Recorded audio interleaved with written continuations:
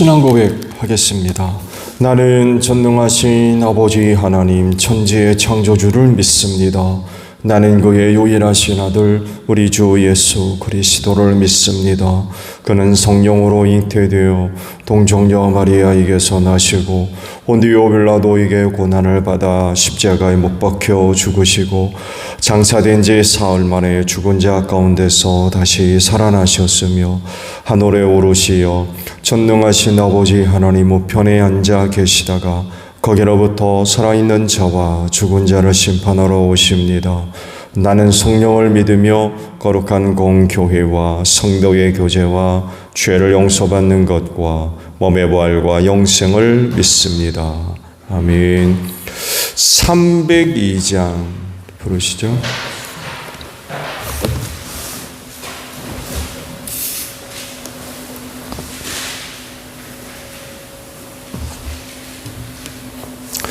(302장입니다)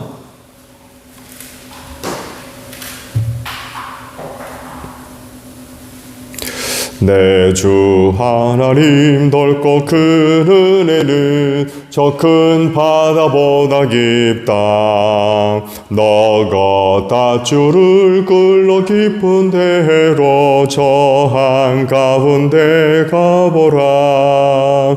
언덕을 떠나서 창파에 배 띄워 내 주 예수 내의 바다로 내 맘껏 져가라. 왜 너 인생은 언제나 거기서 저 큰 바다 물결 보고 금민 모르는 깊은 바닷속을 한 번에 하려 한번하. 언덕을 떠나서 창파에 배 띄워 내 주 예수 내의 바다로 내 맘껏 져가라. 많은 사람이 얕은 물가에서 저 큰 바다 가려다가 찰싹거리는 작은 파도 보고 마음 약하여 못 가네. 언덕을 떠나서 창파에 배 띄워 내 주 예수 내의 바다로 내 맘껏 져가라. 자 곧 가거라 이제 곧 가거라 저 큰 은혜 바다 향해. 자 곧 내 너를 저 깊은 데로 저 아라망망한 바다로 언덕을 떠나서 창파에 배 띄워 내 주 예수 내의 바다로 내 맘껏 져가라. 말씀을 봅니다. 사무엘하 20장 14절로 마지막 절까지 보겠습니다. 사무엘하 20장 14절에서 마지막 절까지예요. 세바가 모든 이스라엘 지파 가운데로 두루 다니다가 야벨 지역과 벳마가 지역과 베레메 온 지역까지 이르렀다. 그곳 사람들이 모두 모여서 그의 뒤를 따랐다. 요압을 따르는 군인들은 그곳에 이르러서 벳마가의 아벨을 포위하고 세바를 치기 시작하였다. 그들이 성읍을 보면서 둔덕을 쌓으니 이 둔덕이 바깥 성벽의 높이만큼 솟아올랐다.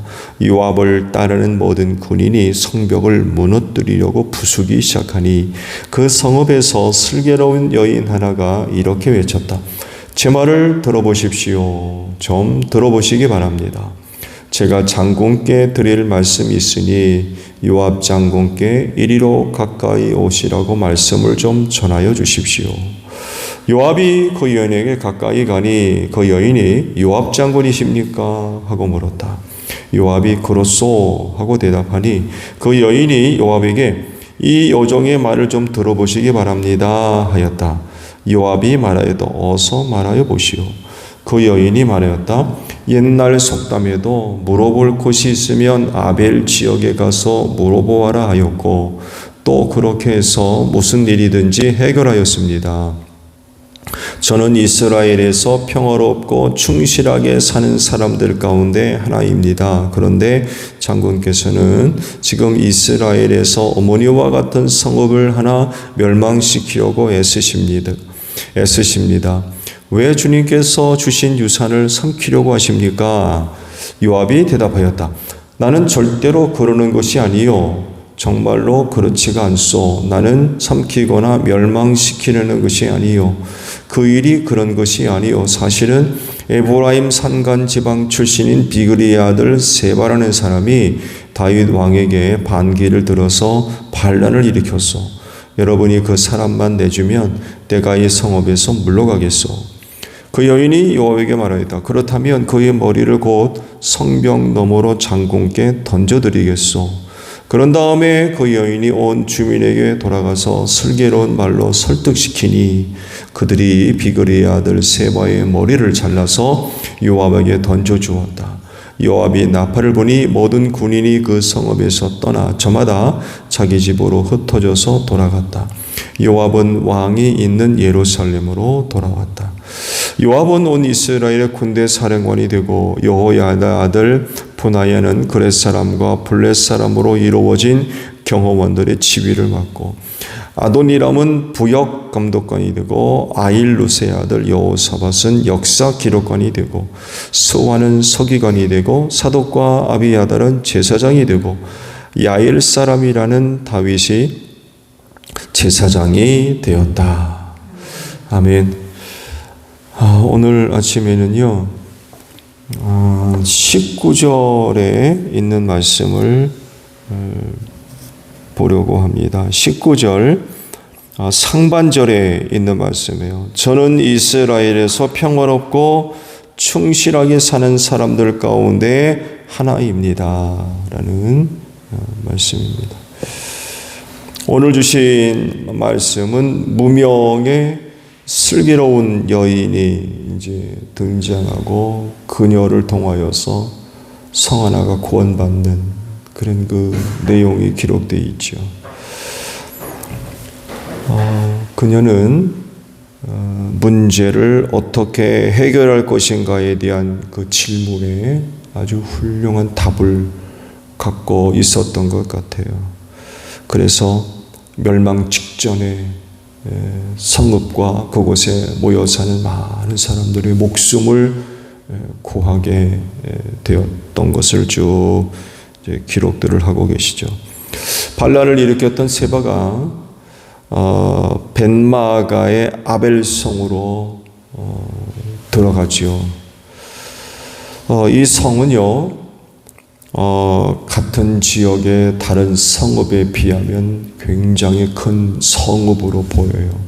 바깥성이란 말씀을 보더라도 외벽과 내벽을 갖고 있는 상당히 규모가 큰 성읍이었던 것 같습니다.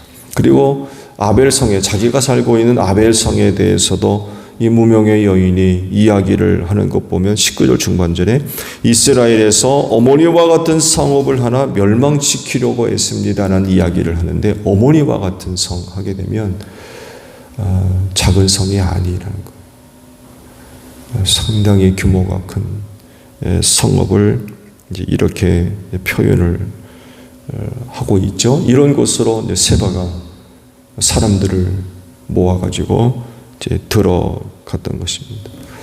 그러니 그 성이 어떻게 했습니까? 곧바로 난리가 나는 거죠.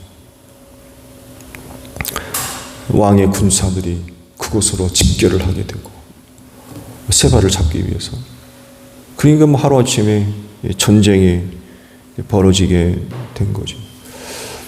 성 높이만큼 둔덕을 쌓고 공격을 이제 막 시작하는 그런 그 상황이 됐던 거죠. 그랬을 때 그곳에 사는 한 슬기로운 여인이 나타나서 문제가 무엇인지를 알아보기 시작하죠.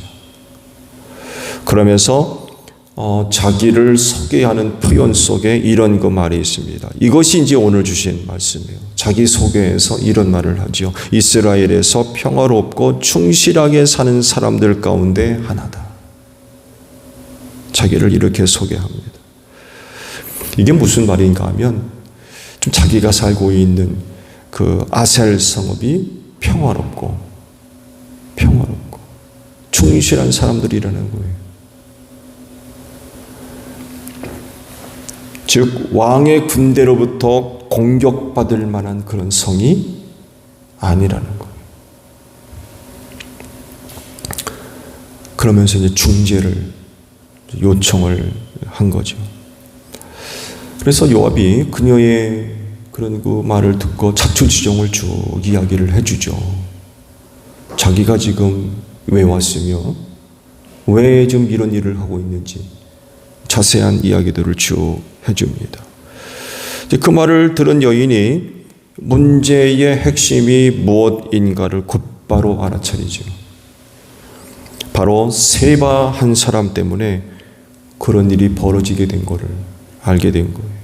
그래서 약속을 하죠. 그 사람의 머리를 내가 내주겠다. 그리고는 성읍으로 돌아가서 그곳 사람들을 슬기로운 말로 설득시켰고 결국 세바를 잡아 목을 잘라가지고 성 바깥으로 던져지게 되죠. 그렇게 됨으로써 위기를 극복할 수 있게 되었습니다.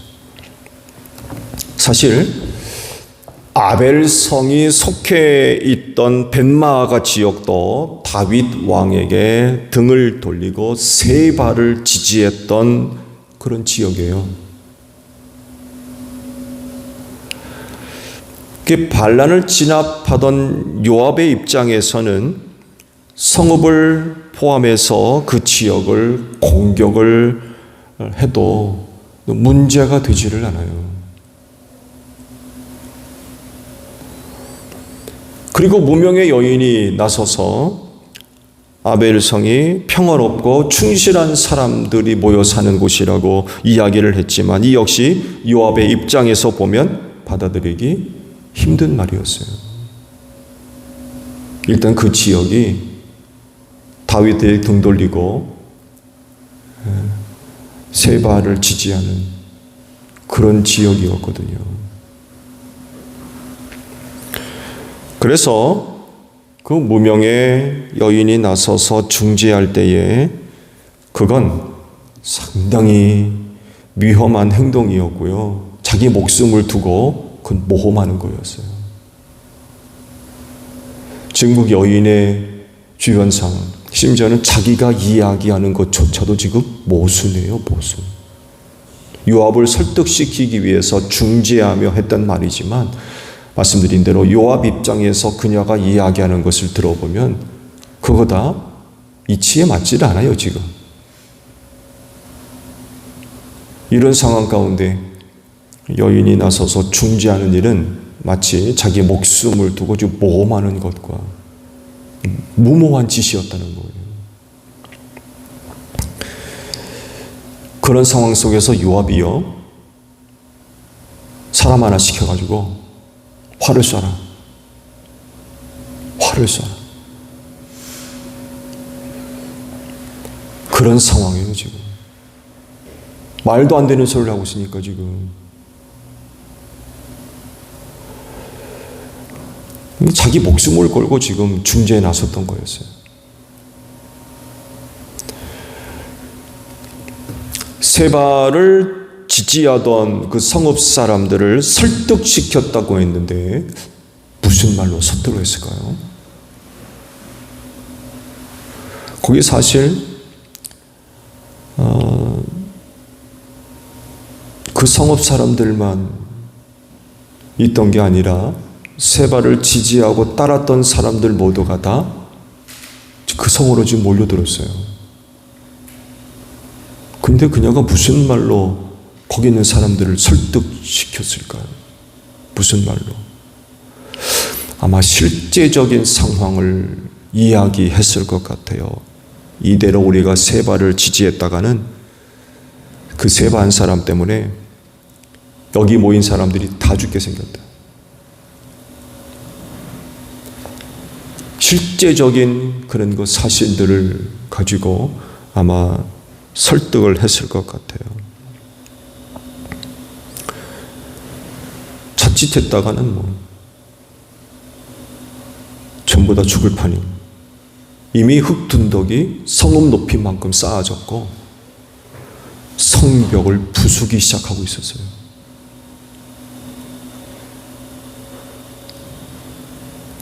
세바와 함께 다 죽느냐? 아니면 세바 한 사람을 죽이고 다 사느냐? 어떡할 거냐?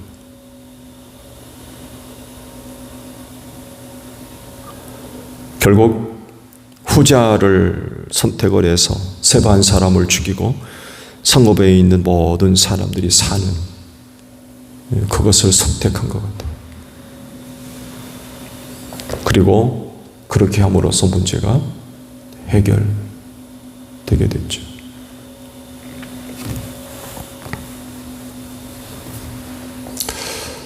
성경은 지혜를 굉장히 중요한 것으로 다루고 있죠.